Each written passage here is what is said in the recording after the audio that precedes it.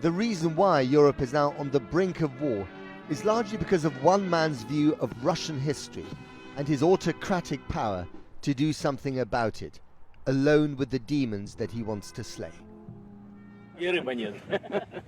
Vladimir Putin, the former KGB agent, used to like portraying himself as a man of action, in touch with nature, who went after fish, not countries. But Mr. Putin has evolved from this. It is an argument about rival interpretations of history, a clash of myths that threatens to become a clash of armies, poised in the snow. Defender of the Fatherland Day in Russia, and the man who has claimed that mantle for over 2 decades as president came to pay his respects. Еще раз подчеркну, что Украина для нас это не просто соседняя страна. Это неотъемлемая часть нашей собственной истории, культуры, духовного пространства. This was a stream of consciousness version of a 5,000-word essay that he wrote last summer as Putin the Amateur Historian.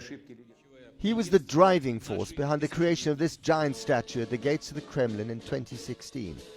Prince, then Saint Vladimir, his namesake, converted to Orthodox Christianity in 988.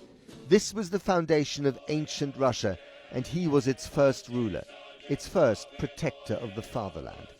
Except it all took place in Kyiv, where there is also a statue of the same saint erected 170 years ago. But here they call him Volodymyr, and they see him as the founder of the Ukrainian nation. His bones and the bones of many of Russia's other great saints are buried in the churches and monasteries of Kyiv. If Vladimir Putin were ever to enter the city as the conqueror, expect him to make a beeline for these places. This is his Temple Mount.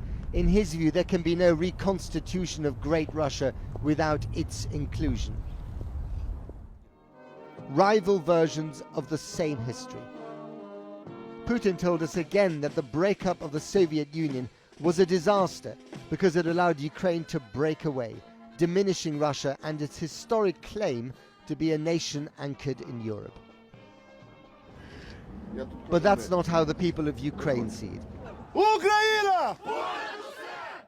They've been defending their right to see the collapse of the Soviet Union as liberation from Moscow's tyranny. That is their version of the past, and they're prepared to pay for it in blood.